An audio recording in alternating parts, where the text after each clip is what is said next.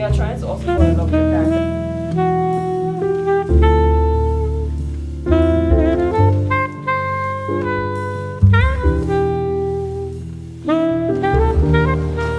Things on my walks.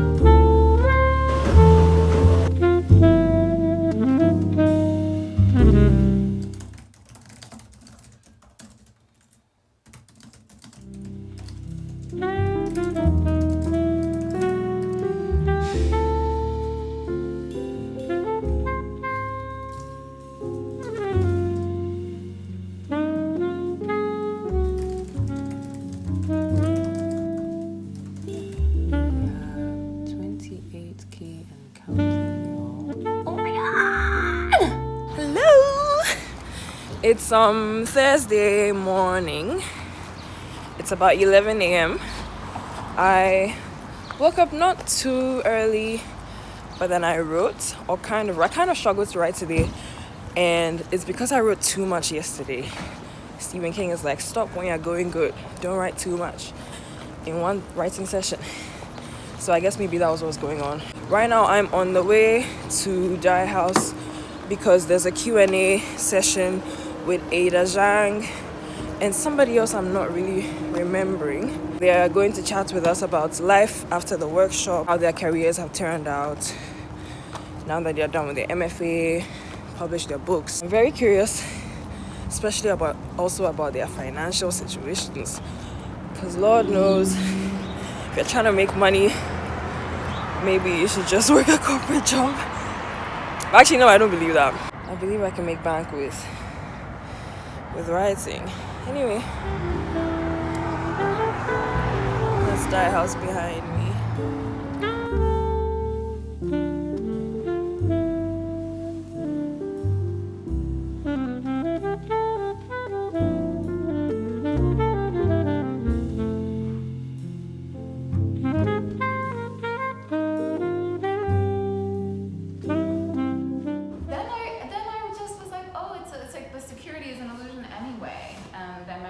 Make just as little money somewhere else and get to have time to write.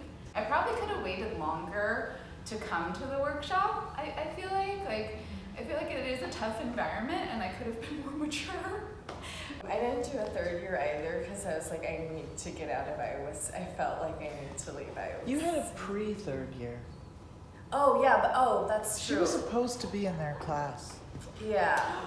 Oh, I forgot about that. Yeah, because I had transferred from another MFA program, so I had been like in small towns for 3 years. Which is a story in itself. Yeah, that was like really dramatic and like brings me shame actually. No, but it's amazing. Belinda got into the workshop twice. That's very hard. Okay, I'm back home. My phone died in the middle of it, so I wasn't really able to film some of the things I thought were really insightful. But I did really appreciate that they were very honest and open, especially about, the financial aspects of writing, because that's what I was particularly interested in. What it was like to interact with people in the industry, and what it feels like also after you've put your first book out, and if it's exactly what you imagine it would be. It's my food, by the way. Call it China-Ghana fusion, because I have jollof underneath, some chicken, some tofu, pot stickers, green beans. So after this, I am going to make my first attempt at revising a story. So up until now, I haven't really believed in revision. And that's mostly because in my general experience with writing, what I usually do is I'll just torment myself sentence after sentence, spend a very long time writing a short story, and then when I'm done, I'm done. And I think the reason why I have spoiled myself in that way for a while, that is not really bothering myself with trying to revise anything before, it's just because even while I end up having a first draft, it kind of looks good in my opinion. And then when I would submit it somewhere or for a prize or something, it would still do well. So for some reason, I just use that as my frame of reference or frame of judgment for if the story was finished. I think I'm a little more mature now. And so there's a story that I want to work on today. I wrote it about a little over a year ago. And I think it's now time. I think I'm a slightly more different writer than I was when I wrote it, and so I think I have enough distance from it, or just a few more insights that I could apply to making the story much better. So we're going to see what revision is like today. Whenever you achieve something, and you kind of feel that, I know it's like a dopamine hit or whatever, but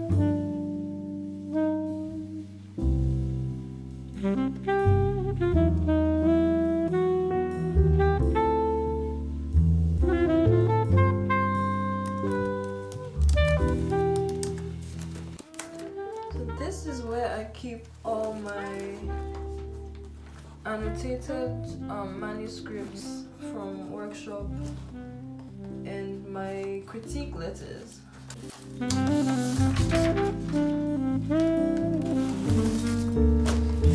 I was really excited about the prospect of coming to do a little revision, and then as I was sat here for a while, I'm just realizing how unwilling I actually am to do this. So I have all the critique letters from that workshop, and I also just pulled up my notebook from that time. While, workshop was going on, things what people were saying, I just wrote all of that stuff down.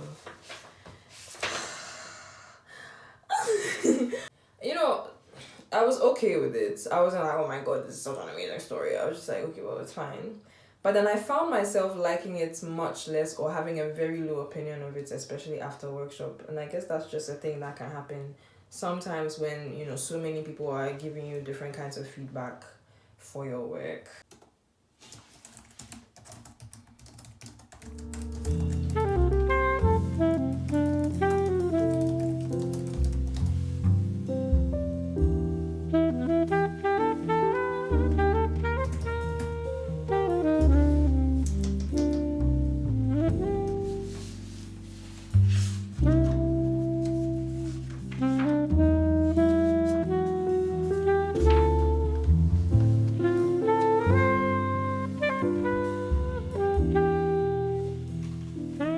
Beautiful sentence followed by another beautiful sentence followed by another beautiful sentence doesn't necessarily make a beautiful paragraph.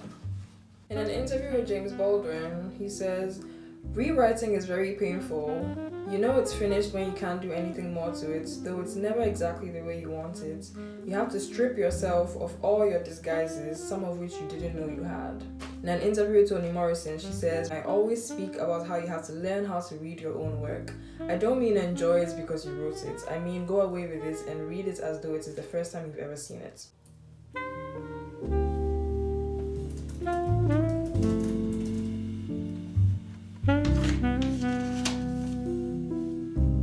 It's a fine story and all, but oh my goodness, I was just seeing some lines and I'm like, ew!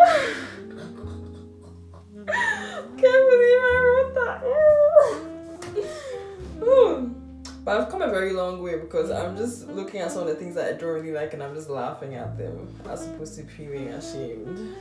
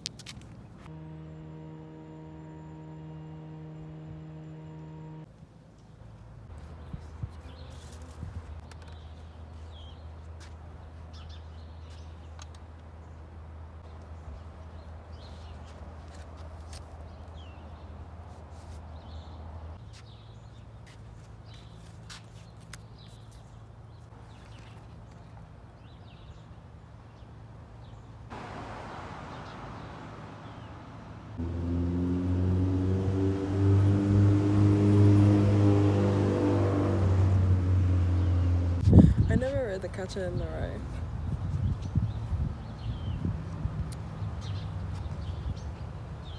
I don't think I'll take any book though. Maybe I'll come back and bring a book and take one.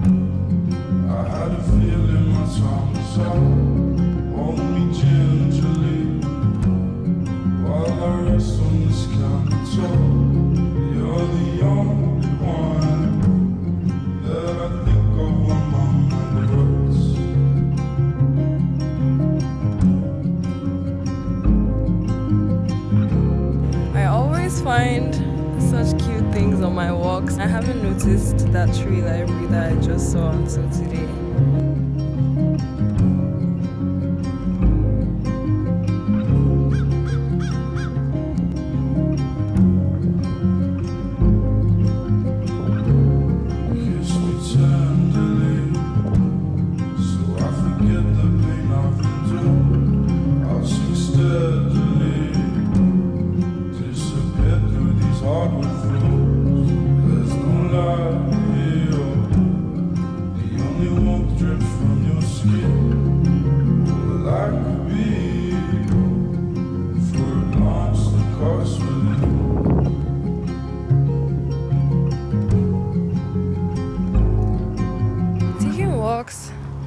Is such a good exercise in noticing things, and I think that can be pretty useful for writing, especially when I'm writing. I really don't like, or I resist trying to write about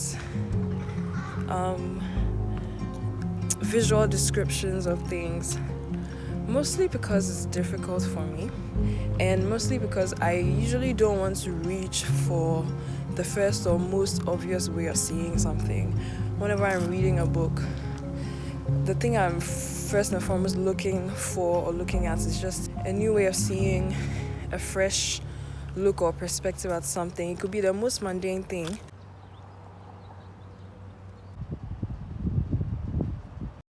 And then as we move on to talk about the building blocks of a short story, we will come back to the story and then now look at it in terms of things like point of view and characterization and theme and plot. You can still see the amount of love and care that Carver still puts into developing this character, right? Even though he's not the best person.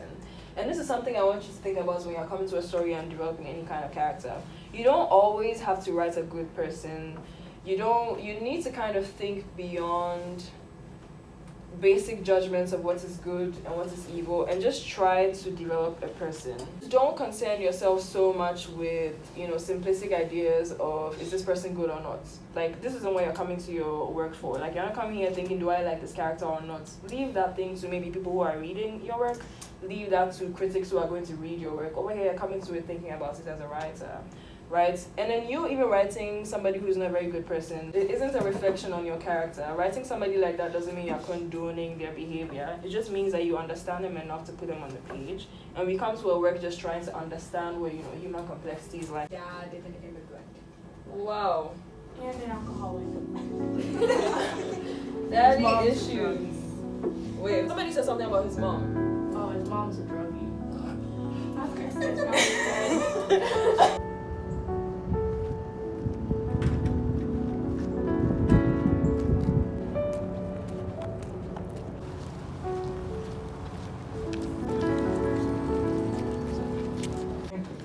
Even if it's true, I think it has to be done differently. Either it just happens, he addresses her as if she were a different person, but spelling it out, I'm like, oh, I've seen this too many times. Page 13, where did you go? I'm really picking on this story now. Could go. These do feel like they are meant to be evocative, but I had trouble.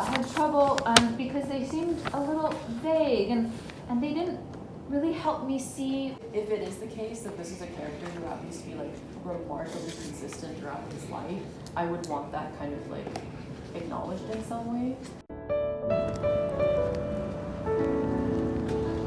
For the content.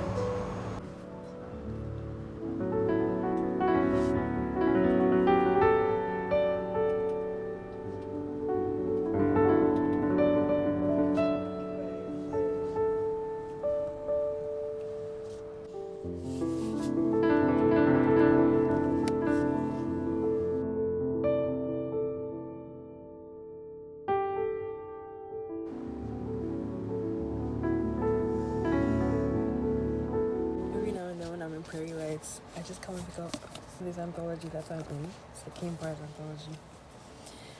Just to make myself feel good. Because I don't know, I feel like it's a pretty surreal feeling to walk into a bookstore and see something with your name on it, even if it's not an entire book.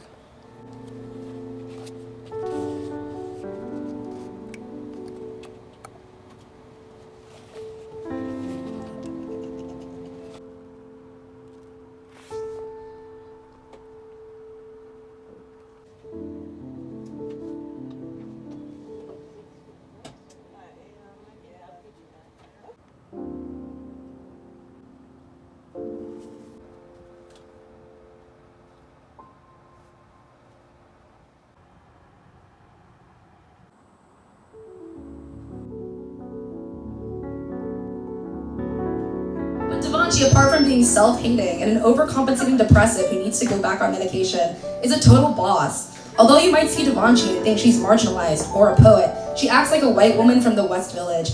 Devanshi is not Elena Ferrante, but she might have slept with her. She is a grade A slut. Well, all of you nerds are taking a break from dating to focus on your novels. Or you're having a hard time with guys from Hinge or, girls from Hinge.